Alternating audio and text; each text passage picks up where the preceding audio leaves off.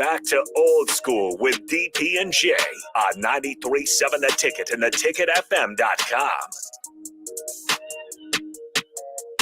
Second segment, 4 o'clock hour. Old School, Jay Foreman, DP Harrison on the ones and twos. We got a special guest from the Omaha Supernovas, the coach extraordinaire, Shelton Collier. How you doing, man? Great. How are you today? We're doing good. We're enjoying the good weather, which is obviously going to hopefully send the good vibes up to 80 for you guys for a victory tomorrow. But we're doing well down here. That's great. Yeah, it is sunshine and blue skies. That's great. Coach Collier, it was fun talking to you yesterday because it gives me comfort. Coach Collier is probably, to define him would be experience. 41 years in the game, 40 years of winning records, and the steadiness. Coach, I need to ask you publicly. We talked about it at the table, but you putting together this team and this franchise, this organization, you're choosing players to play for you in a style that you think will work and that will benefit them. Tell the listeners what mission one was, what was priority one in putting this roster together as you have. Yeah, that's a good question. I think the answer, like in other sports, sometimes you give analogies like a basketball team. If you wanted two leading scorers, that's what you would pursue first. Or in some basketball teams, you would recruit the glue people and people that are culture people and winners and people that make everybody around them better.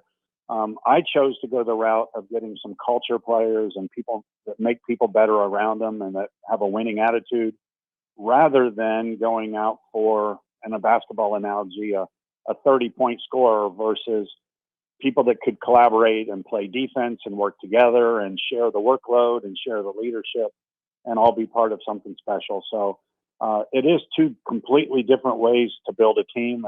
And I'm happy that I did it this way because we have some remarkable people that have bought into kind of a team-oriented attitude as opposed to just me, which is typical in a lot of pro sports for sure. Coach, you mentioned the team, and I think part of the Omaha Supernovas team is the fan base. And obviously I was there for the first match, and it was electric. Talk about that, because obviously you probably heard that, Nebraska and Omaha does sports right. But I think that first match was next level. Yeah, it was one of the most epic women's sports events ever, I think, because it outdrew the first games of WNBA. It actually outdrew the first games of the NFL when they first started their leagues. And here was a startup league, and they decided Omaha, Nebraska was the place to have the first match. And I know people in Nebraska like to set records and be part of exciting events, as they've shown for many years. And so they came out and were part of a great event and supported us and really set a benchmark for pro volleyball that Omaha is the right city. We've got the right fans. And it was just a really, really amazing event. And I'm sure fans will come back and more fans will hear the good news about how the Supernovas played and competed and how fun they are to watch. And I'm sure that we'll keep escalating the interest of the fan base. But that was a great first night and a really great night for Omaha Supernovas. All the ownership and all the people that have worked so hard to put this franchise together, I think really were rewarded with a great performance by both teams, but also great attendance by the fans. So a lot of the hard work that was put in by the ownership group and all the staff building the franchise was rewarded with a great first night for sure. On our Allo VRP line, VRP brought to you by Allo Fiber, where they understand the importance of excellence, exceptional service with local heart. Coach, a big part of this is the league itself and the move to make professional volleyball not only available in the United States, but to change the perception of professional volleyball in the United States. You're 40 years in the coaching game. You've seen it from a college level, Team USA, Olympic level. What does this do? What did Omaha do to help elevate and change the level and location of the perception of pro volleyball in the world?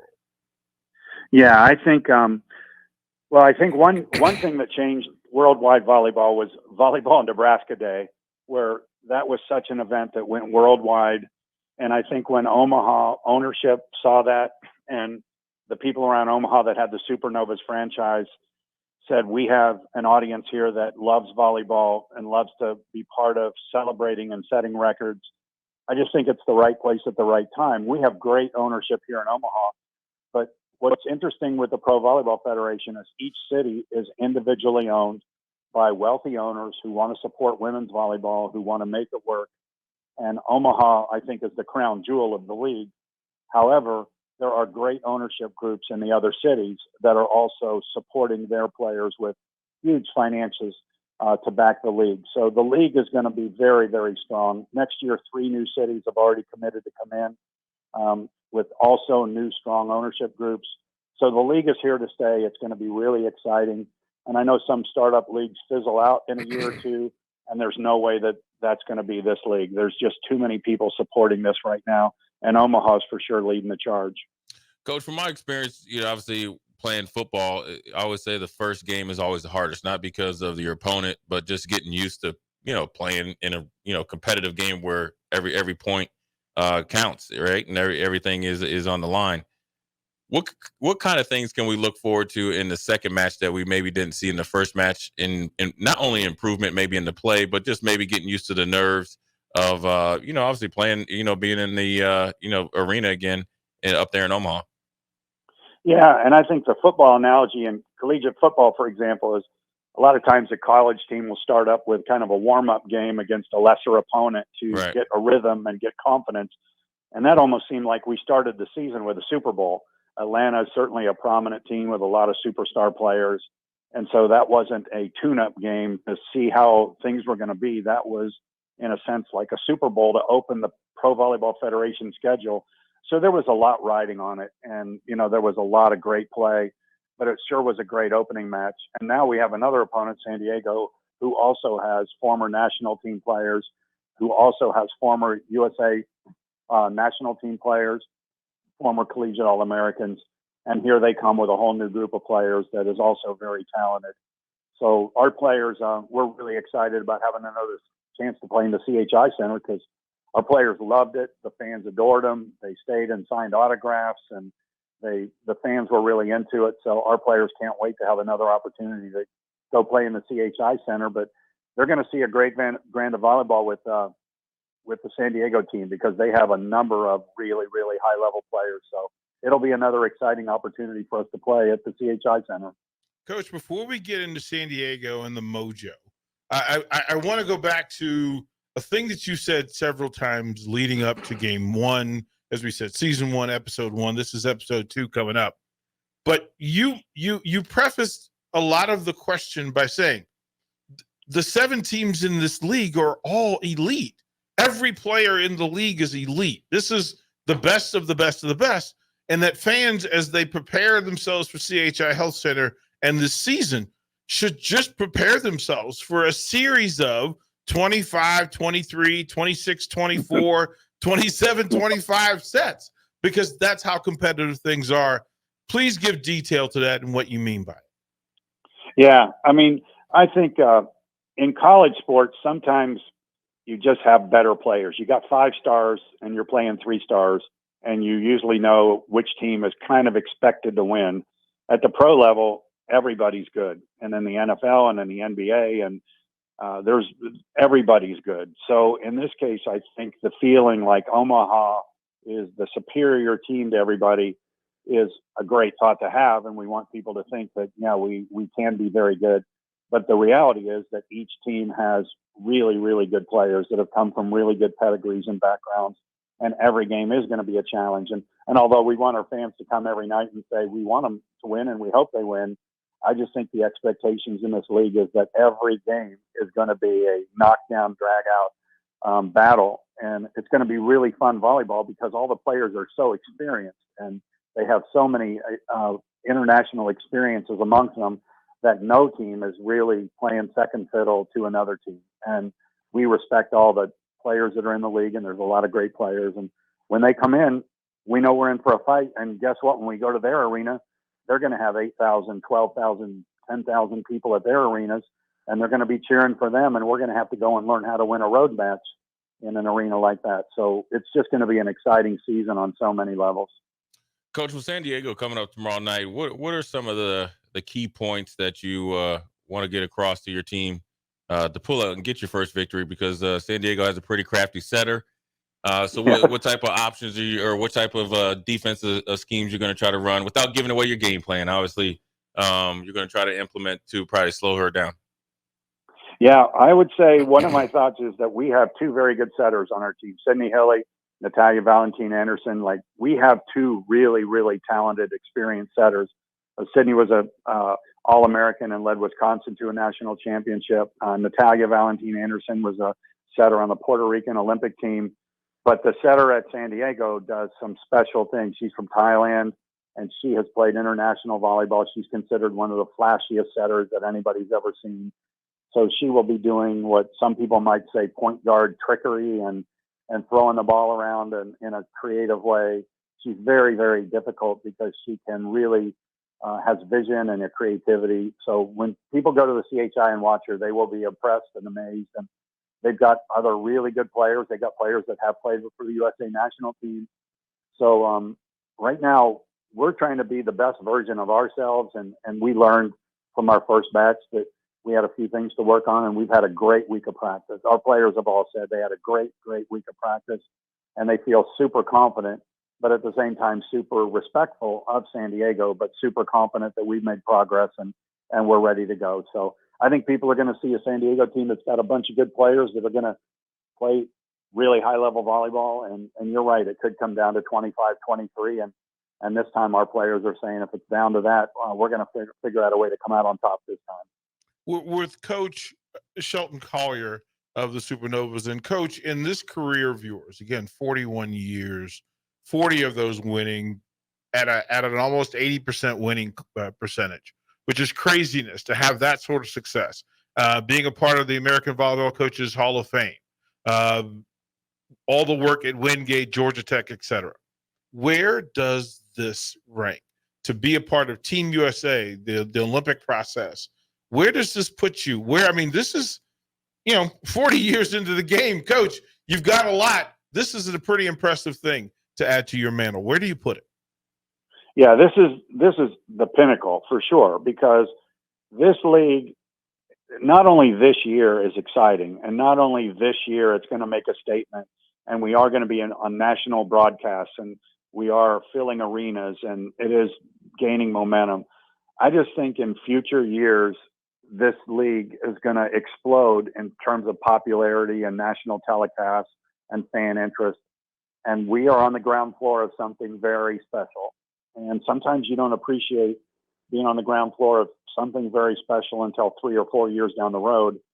And when it does explode, we'll all say that Omaha set the table with this great fan base and with this first great team and with this opportunity. So this is the coolest thing. Anybody that's coaching in this league is saying it is by far the most unique, special opportunity that they've ever had in coaching. And I'll tell you one other thing that's going to happen. In a couple of years, some of the best coaches in Division I volleyball are going to leave their positions and come coach in this league. There's no question. And some of the top international players in the world are going to leave their international teams in Italy or Turkey or Brazil, and they're going to want to come play in the Pro Volleyball Federation, and many of them are going to want to come play in Omaha. So what's going to happen is international players are going to come here, and some of the top volleyball coaches in the country and in the world are going to want to coach in the league, and the league is going to take another major step. But we're just happy and proud to be part of year one, and it's really exciting.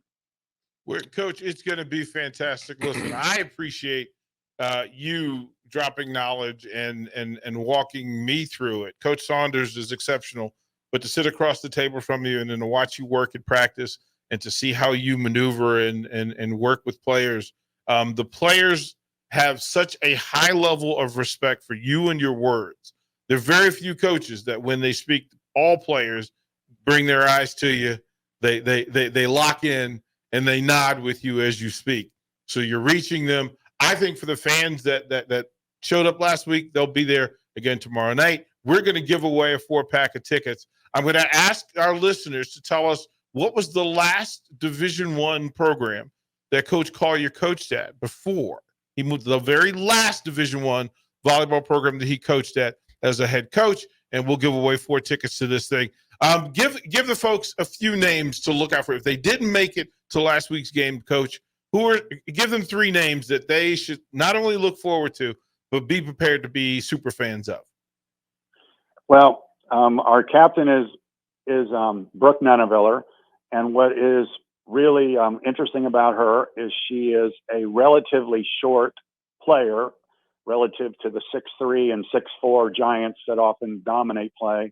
And she's under 6 feet tall, and she is absolutely one of the best players in the Pro Volleyball Federation, and was a former USA national team player and has kind of set the tone for us here.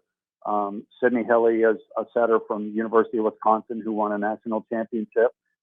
We have Betty De La Cruz. She is from the Dominican Republic and was on the Olympic team there for many, many years. She's a seasoned veteran. And we have Jess Landsman, who played at Iowa State, and she had a child about a year ago and came out of retirement and gave a shot to make our team, and not only made our team, but now is in the starting lineup. And so she is an incredible story of somebody that lives right across the border there in Iowa, and has joined our team and now has become a fan favorite because she's not only a great player, but somebody that just had a child a year ago and has come out of this and played this great certainly can be a role model for many people. And she's a fun player to watch as well. And we have a number of really, really fun players. I know a lot of the players love to watch Kendall White because of her energy. She's our defensive libero, and she plays with a lot of enthusiasm and intensity. And when the crowd watches her, they often get engaged in the match watching her. And I think there's a lot of players on our team that people can relate to and will certainly become fan favorites. And it could be the middle blockers, Tori Dixon, Danielle Hart. It could be Natalia Valentin Anderson, who lives right here in Omaha native, and is a really fun player to watch. There's just a lot of good players that I think fans are going to fall in love with. And that's just going to be great for all of them because we're not star driven by one superstar. We're a collaboration of really good talent. So that'll make it exciting for the fans.